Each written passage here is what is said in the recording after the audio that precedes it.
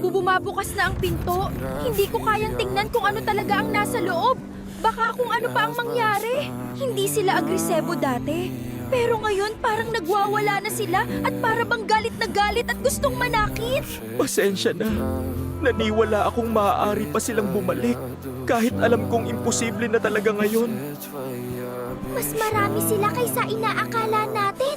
Kailangan nating umalis ngayon habang may pagkakataon pa bago tayo tuluyang maipit dito sa farm.